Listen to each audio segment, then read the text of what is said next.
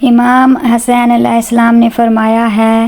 اگر دنیا میں تمہیں شدت سے غم ملے تو میرے غموں کو یاد کر لینا۔